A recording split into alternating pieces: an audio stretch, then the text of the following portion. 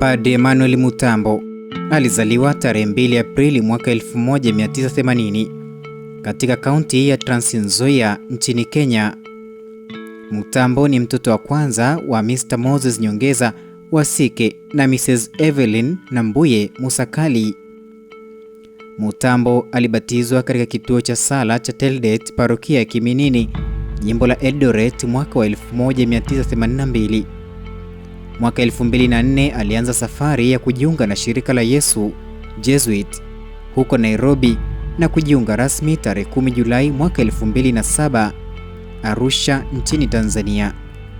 Padre Mutambo alipewa daraja la ushemasi mwaka 2018 Manila nchini Ufilipino na daraja la upadre tarehe 20 Julai mwaka 2019 Nairobi nchini Kenya. Baada ya upadrisho, Padre Mutambo alitumwa kufanya utume Kampala na Adjuman nchini Uganda, na mwaka 2021 aliteuliwa kuwa paroko wa parokia ya Mwenye Heri Maria Teresa Lidokoska, yani parokia Kiwanja cha Ndege. Januari mwaka 2025 alitumwa kufanya malezi ya tenship, malezi ya mwisho ya mjesuit huko Nairobi nchini Kenya. Juni mwaka 2025 alirejea katika parokia Kiwanja cha Ndege na kuendelea na utume hadi sasa.